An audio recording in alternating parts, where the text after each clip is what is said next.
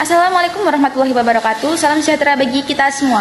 Yang saya hormati kepada Bapak Ibu Tuton dan teman-teman UT yang saya sayangi. Sebelumnya, perkenalkan nama saya Anda Dulandari dengan NIM 860555831. Saya dari Fakultas Keguruan Ilmu Pendidikan Prodi PGSD Universitas Terbuka.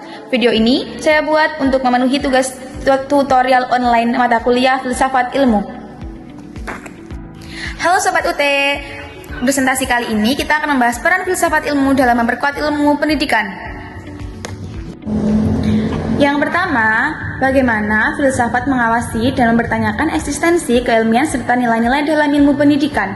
Jadi, filsafat ilmu berperan sebagai landasan kritis dalam ilmu pendidikan dengan cara mengkaji tiga aspek utama, yaitu yang pertama, 1.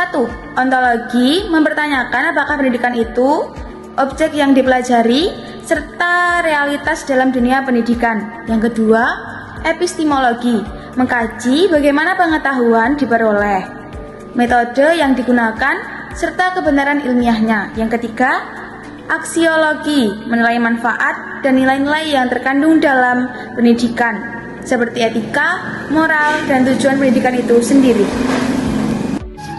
Yang kedua, bagaimana pendidikan yang bermakna dan bernilai turut memperkuat perkembangan filsafat ilmu. Jadi, pendidikan yang bermakna dan bernilai akan menghasilkan praktek pendidikan yang tidak hanya fokus pada transfer ilmu, tetapi juga pembentukan karakter dan pemikiran kritis. Hal ini memperkuat filsafat ilmu karena 1. Mendorong refleksi terhadap tujuan pendidikan. 2. Mengembangkan pemikiran kritis terhadap teori dan praktik pendidikan. 3. Menjadikan pendidikan sebagai sarana pembentukan manusia yang utuh, intelektual dan moral, sehingga pendidikan menjadi ruang aktualisasi dari konsep-konsep filsafat ilmu.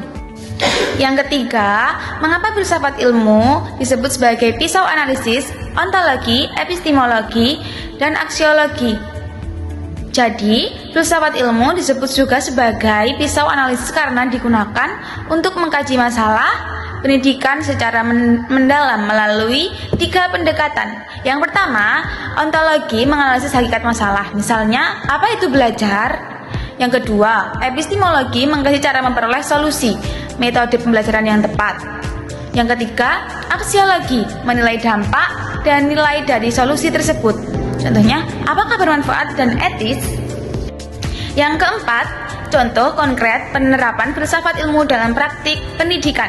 Contoh penerapannya dapat dilihat dalam tiga hal berikut. Yang pertama, kebijakan kurikulum.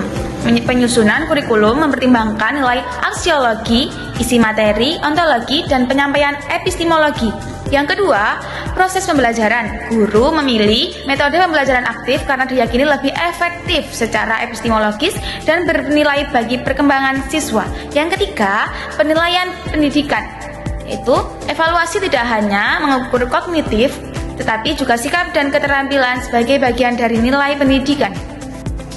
Jadi, kesimpulan yang dapat kita ambil dari materi yang sudah saya bahas, filsafat ilmu memiliki peran penting dalam pendidikan sebagai dasar berpikir kritis, alat analisis, serta penentu arah dan nilai pendidikan agar lebih bermakna, ilmiah, dan bermanfaat bagi kehidupan.